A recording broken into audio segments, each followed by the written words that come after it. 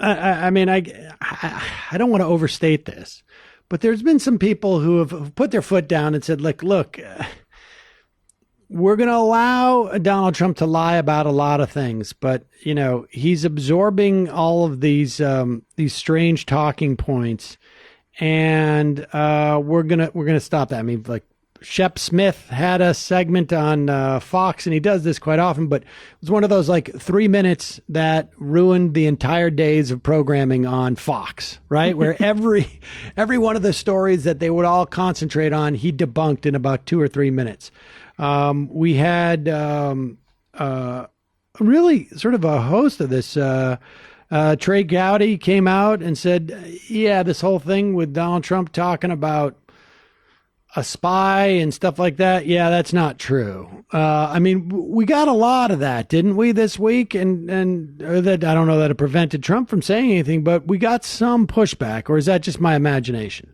No, I think you're right, and it's kind of interesting that we did, considering that this was yet another gambit. I would put it in the same category as the infamous Nunes memo.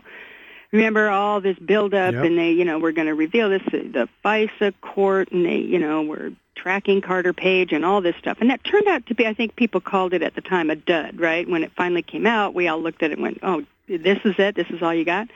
That's sort of what happened this week with Trump's, quote, Spygate, which he fatuously went on TV and said, everybody's calling it Spygate. You're calling it Spygate. And nobody was calling it Spygate. It was like he just made it up just the night before. But nonetheless, so he'd been pushing this thing, and I think that was in concert with Fox, with Hannity, and with Giuliani, obviously.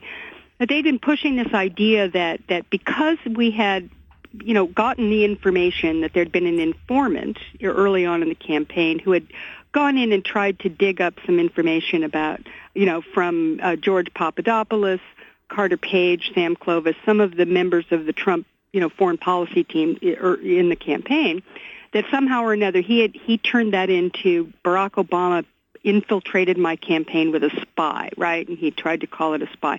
And this was going to be their big thing. They were going to, they had this gambit that they were going to, create this alternate narrative and it's really complicated and totally ridiculous, that it was actually the Obama and the FBI who created this Russian story in order to trap Trump. I guess it was so elaborate that they even created the idea that that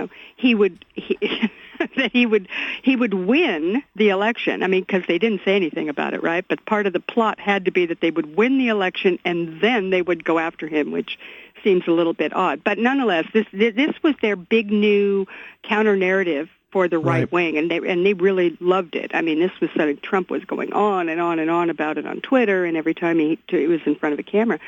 Well, in the course of that, he ended up, again, violating the rule of law by insisting.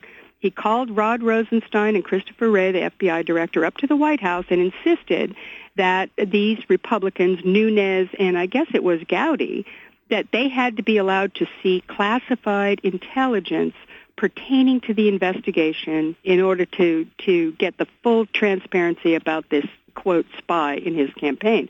Now, the president should not have been involved in this at all. It was very, very unacceptable because the investigation is about him, right? So he called them up there, and they capitulated. They said, okay, I guess if we've got to do it. And it's kind of, it's not the greatest idea because they... this is another, of those vaunted norms that's been destroyed, that the president doesn't order his people to allow his cronies to see information about him, right?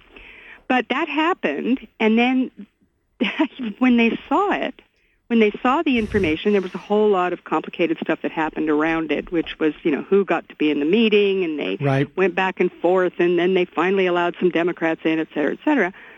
But when when they were allowed to see it, they gave the presentation, apparently it shows nothing untoward, as one might have anticipated.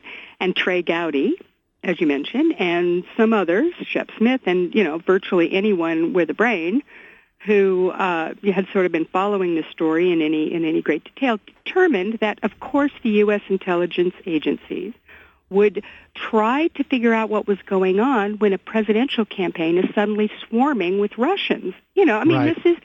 Whether or not you think anything happened or not, the idea that they would just not touch that is outrageous. Even to somebody who's a skeptic of the intelligence communities, as I am, I would have to say, well, if that's one case where you kind of, assume they're going to do it and sort of hope that they at least check it out, right? That's their job. Right, of course. And it doesn't have to be Russians in this instance, No, right? If it was anybody, there would be, it would set off some type of alarm bells. Yeah. And to investigate it and be as scrupulous as they were in terms of not releasing any information about it, I think is exactly what they should be doing. It certainly did not redound to Donald Trump's favor in the way that I think he anticipated it, right? And you've got Judge Napolitano on Fox even saying like, yeah, no, this is sort of normal in this situation. Imagine. Sorry, go ahead. What was not normal, which came out this week, is that Trump asked Jeff Sessions to unrecuse himself at one point, which is very problematic for Trump insofar as it's one thing for him to say it publicly, because then you can say, well, it was politics. But if you say it publicly and then you do it privately, the obstruction case becomes that much stronger. And what's interesting, we just have a minute or a minute and a half here left, Digby, but you got Giuliani out there interpreting all this stuff on Fox News. He knows something that I think is quite true, that all of this is political, because at the end of the day, the way that you get rid of a president is not by indicting them. I believe this, although there's some maybe controversy about whether or not you can. But I don't think the courts would step in if Congress did not act. And this is what's going on. Rudy Giuliani does not want Congress, in this instance, if the Dems get the House, the Senate, does not want them to move forward with impeachment. And this is what it's going to come down to. I think it's going to come down to Trump's base, who he's playing to, versus the rest of America, and some senators doing what they're supposed to do. But we just have about 45 seconds. Your thoughts? I agree with you. Then Giuliani went on TV over the last weekend and basically said exactly what you're saying. He admitted it. He says ultimately it will be whether to impeach or not impeach. And right now we are looking at the people, the jury. He even said that. And we are going to, try to get our story out to them before that happens. So basically he says we're tainting the jury pool. That is their ultimate long-term strategy. Yep. So if you're wondering, where does Trump think this ends? That's where it is, in a hung jury, essentially playing out in the Senate at the very least.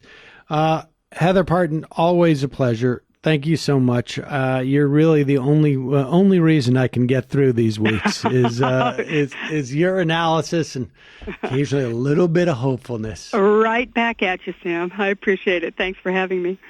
All right, quick break, folks. We'll be right back.